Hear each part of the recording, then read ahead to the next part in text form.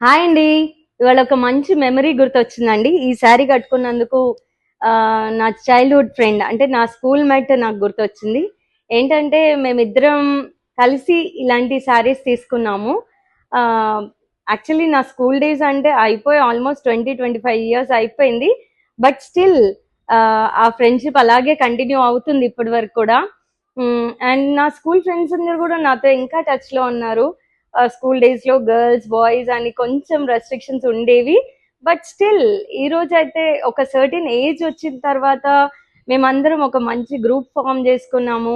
And now and then gatherings పెట్టుకోవడము, meet అవ్వడము చాలా హ్యాపీగా అనిపిస్తుంది. అదొక డిఫరెంట్ కైండ్ ఆఫ్ బూస్టప్ లా అనిపిస్తుంది. అండ్ యాక్చువల్‌గా మనం హ్యాపీగా ఉన్నప్పుడు మన పక్కన ఉండడం అది డిఫరెంట్. బట్ మనం ఎప్పుడైతే పెయిన్‌ఫుల్ కండిషన్స్‌లో ఉంటామో, చాలా డిఫికల్ట్ కండిషన్స్‌లో ఉంటామో, అలాంటి టైంలో మన పక్కన ఉండే వాళ్ళే ట్రూ ఫ్రెండ్స్ అంటారు. సో, అలాంటి ట్రూ ఫ్రెండ్స్‌ని నాకు దేవుడిచ్చాడు. చాలా హ్యాపీగా అనిపిస్తుంది. నా స్ట్రగుల్ పీరియడ్ అంటే నేనొక ఇల్‌నెస్‌తో సఫర్ అవుతున్నప్పుడు, హాస్పిటలైజ్ అయి ఉన్నప్పుడు నా ఫ్రెండ్స్ నా కోసం వచ్చారు. ఒకరి తర్వాత ఒకరు రావడం నాకు చాలా స్ట్రెంగ్త్ యాడ్ చేశారు.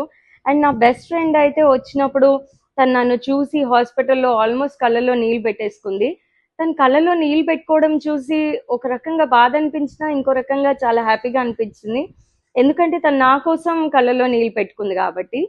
అండ్ ఒక ఫ్రెండ్ ఫైనాన్షియల్‌గా సపోర్ట్ చేస్తే, ఒకరు మెడికల్‌గా సపోర్ట్ చేశారు. ఒకరేమో డివోషనల్‌గా సపోర్ట్ చేశారు. మోరల్‌గా సపోర్ట్ చేశారు.